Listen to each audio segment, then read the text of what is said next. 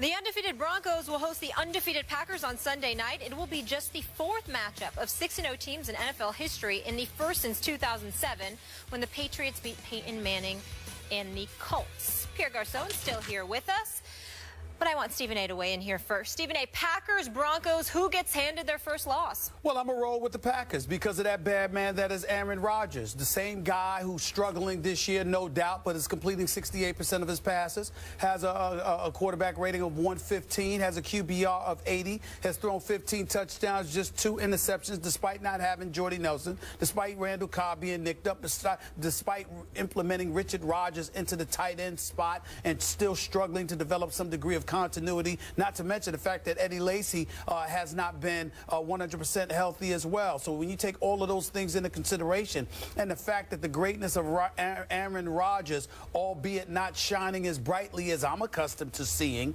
nevertheless is still effective enough to get them to an undefeated 6-0 record, the same as Tom Brady and Peyton Manning, by the way. I'm going to roll with the Green Bay Packers to win this game, although I know it will be tough, although I know that Denver's the better, more complete team right now, although I know the game is in the Mile High City. I'm still going to roll with the game being tight and somehow, some way, Aaron Rodgers finding a way to pull out this victory. Denver's defense will have something to say about that.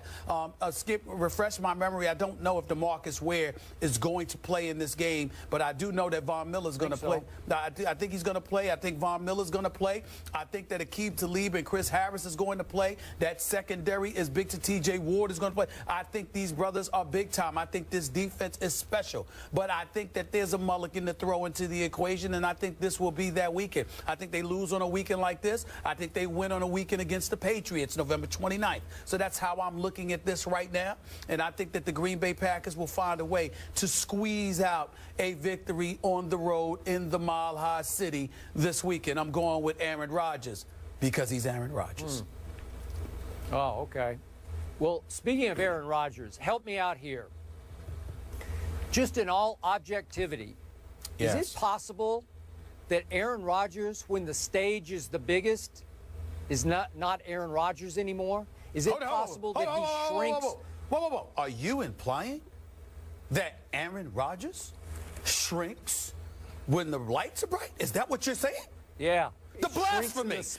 You would say that with a straight face about Aaron Rodgers? About Aaron Rodgers? Completely straight. Really? Straight-faced. Yes, since that long-ago day that Aaron Rodgers broke through as a road wildcard team and won the Super Bowl, he's 2-4 in the postseason. That's impossible. 2-4 for the bad man that is Aaron Rodgers? It's not. It's a team game. I don't get it. It's a team game. It's a team game. He needs help. Oh, Look, it's a team game. We got Pierre. Okay. Hey, we got Pierre Garcon in this studio. We all know we're allergic to scrubs. He wouldn't be here if he was a scrub. Let's just call it. Let's just call it what it is. Pierre Garcon can ball, but guess what? The numbers aren't as pristine as we would like because we have to take into consideration who's been throwing him the football for the last couple of years. We have to take into consideration what his offensive line has looked like. We have to take into consideration what the coaching has been like. The defense, etc. There's a lot of issues going on in the nation's capital. It's getting better, but we all know what was going on last year and the year before. It's a team game. It ain't Aaron Rodgers' fault that the Green Bay Packers have been struggling. As a matter of fact, he's the only reason they've been relevant. Oh, okay. So help me out here. Tom Brady has little to no offensive line. Oh, stop it. He's throwing as his best wideout is Julian Edelman, a former college quarterback. So Rob Gronkowski has nothing to do with it. So Rob Gronkowski has something to do with it. He has nothing to do with it. We're talking about only the best tight end in football, a future Hall of Famer if he keeps playing like that. But the point is, having a tight end, Pierre Garcon, educate me, help me out here. I'm just saying, I don't play football. I don't know. I'll defer to you. Yeah. Having a tight end like Rob Gronkowski, how much better would that make a wide receiver? It makes it a lot better because you have to account for Rob Gronkowski down there. Thank you very much. Thank you very much. That's all I'm saying, okay. Skip. That's all I'm saying. Wait a second. Pierre Garcon, who's better, you or Julian Edelman? Better receiver. I'll take myself. I'll take myself, of course I'll take myself. Oh, thank you. Thank you. Everybody would. Because Julian Edelman, to most people, is just another guy. And he's now a superstar thanks to Tom Brady, who makes everybody better. All of a sudden, off the scrap heap, hasn't played for almost 2 years. Dion Lewis. Well, where did he come from? he's another Brady product. They're all Brady products. Danny Amendola, Brady product. Brandon LaFell, Brady product. Okay, so Bill Belichick now and Josh McDaniels have nothing to do with it. Okay.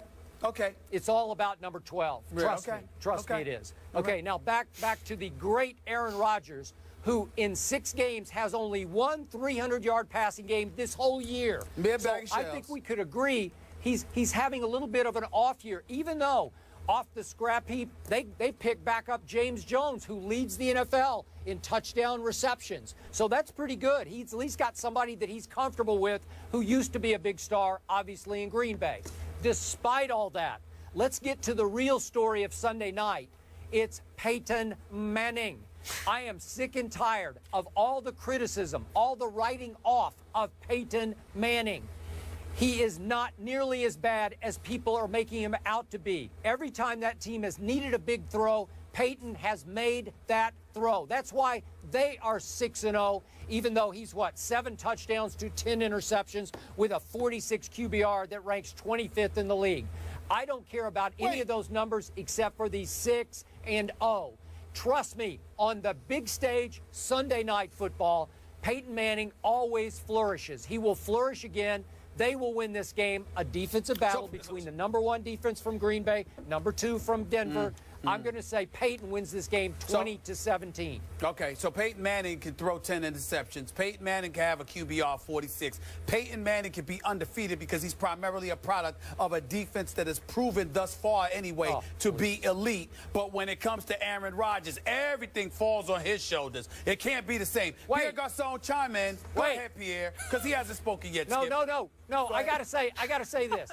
Green Bay has the #1 ranked scoring defense in the whole league. Yeah, and look at who they play. Stop it. And look at who they play. Don't get me started. Look at who they play. Don't get me started. Go ahead, Pierre. Go ahead, Pierre. I can't listen to his dribble right now. Go ahead, man. To answer one of the questions, I don't think Aaron Rodgers shy away when the lights are on. I think he plays well, but going against Peyton Manning Sunday night in Denver against that great defense, it is going to be tough, especially with the receivers Aaron Rodgers have. I'll admit that. Quarterbacks do make the receivers, but Aaron Rodgers haven't had time to, adjust to the guys that, dealing with the injury of Jordy Nelson. And, they added James Jones, which has played very well for them. But, it's different, Jordy Nelson and James Jones. But it's hard to go against the Broncos at home against that defense. Their defensive line is amazing.